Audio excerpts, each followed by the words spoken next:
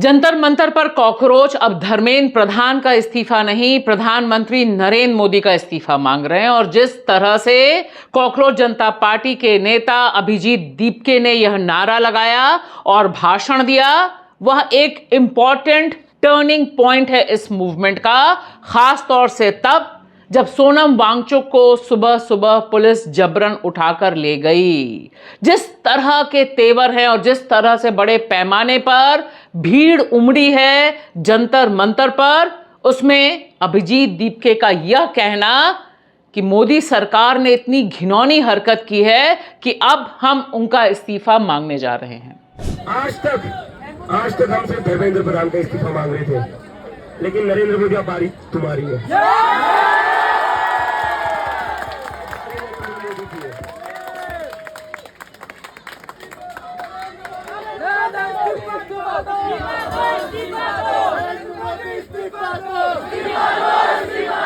नमस्कार दोस्तों, मैं भाषा और आप देख रहे हैं हमारी ग्राउंड रिपोर्ट जंतर मंतर से। पूरा देश ही नहीं, दुनिया देख रही है कि किस तरह से लोकतंत्र पर बुलडोजर चलाने की कोशिश मोदी सरकार कर रही है। देश की राजधानी दिल्ली में सरेआम जिस तरह से सोनम वांगचुक को दिल्ली पुलिस उठाकर ले गई, व्हाइट पर्दा में उस पर सतीश आचार्य का यह कार्टून दरअसल इस समय बहुत वायरल है कि भारत के लोकतंत्र पर पर्दा डाला जा रहा है। यहां ध्यान देने की बात यह है कि अब यह आंदोलन सिर्फ शिक्षा मंत्री के इस्तीफे यानी धर्मेंद्र प्रधान मस्ट गो के नारे के बाद अब मोदी शुड गो के नारे में तब्दील हो रहा है। इसका पॉलिटिकल फ्लेवर बहुत तेजी से सामने आ रहा है। जिस तरह से अभिजीत दीपके इमोशनल हुए और उसके बाद पूरे तैश में उन्होंने यह भाषण दिया कि दरअसल प्रधानमंत्री नरेंद्र मोदी भारत के इतिहास के सबसे घटिया पीएम हैं, उससे एक बात साफ हो गई है कि इसका पॉलिटिकल रंग अब खुलकर सामने आ गया है। नरेंद्र मोदी चाहे जितना भी बड़ा तानाशाह बन जाए, पहले तो उस इंसान को शर्म आनी चाहिए। इस देश के इतिहास में नरेंद्र मोदी जितना घटिया प्रधानमंत्री को वो सिर्फ प्रधानमंत्री नहीं, इंसान भी घटिया है।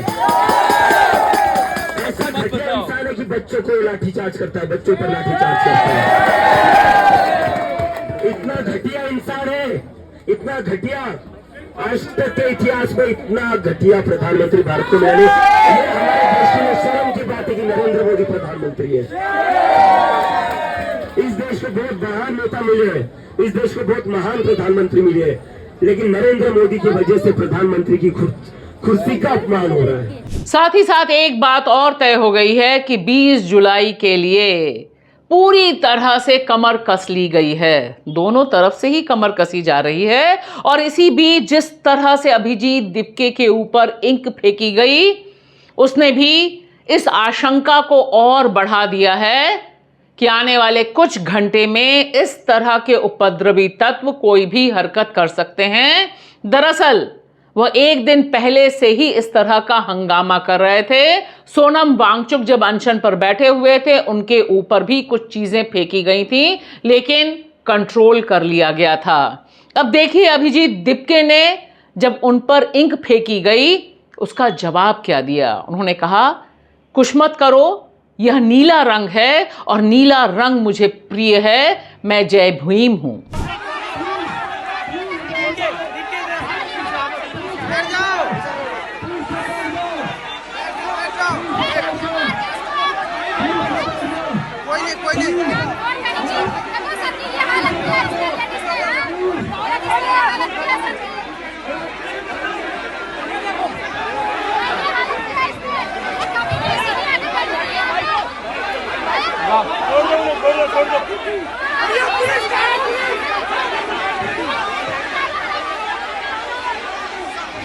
हम सब देख चुके हैं कि जंतर मंतर पर तकरीबन तमाम विपक्ष की पार्टियां समर्थन देने आ चुकी हैं। ऐसे में यह देखना बहुत इंपॉर्टेंट होगा कि क्या 20 जुलाई को संसद मार्च मोदी सरकार होने देगी, क्योंकि ध्यान रहे ये जो 3 चेहरे हैं यह बहुत इंपॉर्टेंट चेहरे हैं इस मूवमेंट के। अभिजीत दीपके ने अनाउंस किया कि वह भी अब आमरण अनशन पर बैठेंगे, लेकिन पिछले 21 दिनों से जिस तरह से आयशा अध्यक्ष नेहा बैठी हुई हैं, उनकी तबीयत लगातार खराब हो रही है, लेकिन वह उनका जज्बा और ज्यादा मजबूत हो गया है। उन्होंने जिस तरह से इस घटना का भी वीडियो बनाया, वह भी उनकी हिम्मत की कहानी कहता है। अगर आप सब इस देश की डेमोक्रेसी का ये मंजर देख करके त्रस्त आ गए हैं, आप सबसे अपील है कि आप जंतर मंतर पे तुरंत पहुंचिए और ना फोर्सफुली एक 60 साल के 21 दिन से भूखे व्यक्ति को जबरन उठा करके गाड़ी में भरने में 20, 25, 28 साल के यंग लोग जिन्होंने 21 दिनों से कुछ खाया नहीं है, उनके ऊपर लाठी चार्ज का अटेम्प्ट करने से कैसे होती है आपकी सुबह? आज हमारी सुबह हुई आरएएफ और पुलिस पर्सनल के जत्थे को हमारे टेंट में जबरन घुसने की कोशिश करते हुए देखने से। उससे बस 5 मिनट पहले यही जत्था स्टेज पे जंतर मंतर पे फोर्सफुली चढ़ के सोनम वांगचुक को जबरदस्ती वॉलंटियर्स को धक्का देते हुए, मारते हुए उठाता है।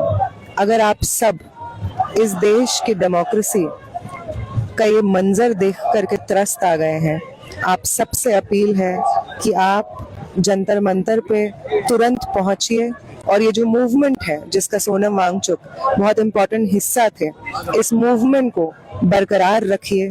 साथ ही साथ आयशा के मनीष भी बैठे हुए हैं। उनका वजन करीब 11 किलो कम हो गया है, लेकिन वे भी लंबी लड़ाई लड़ने के मूड में हैं।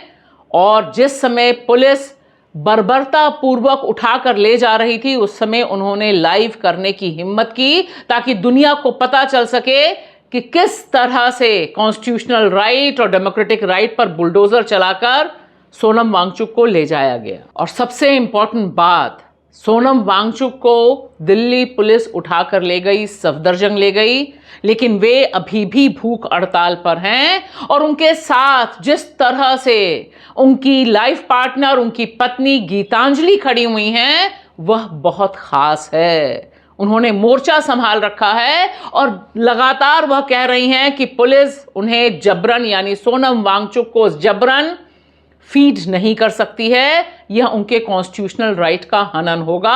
और वहां से उन्होंने अपील की कि अभी भी सोनम वांगचुक 21 दिन की भूख हड़ताल पर डटे हुए हैं। अब देखना यह बहुत दिलचस्प होगा कि आगे घटनाक्रम क्या होगा, लेकिन फिलहाल मोदी सरकार हिली हुई है, डरी हुई है और इसीलिए इस तरह से आक्रामक है। दिल्ली पुलिस में जिस तरह से पुलिस कमिश्नर का रातों रात तबादला हुआ और उसके बाद पुलिस की यह बर्बरता पूर्वक कार्रवाई हुई, उसके कनेक्शन सीधे अमित शाह से जुड़ रहे हैं।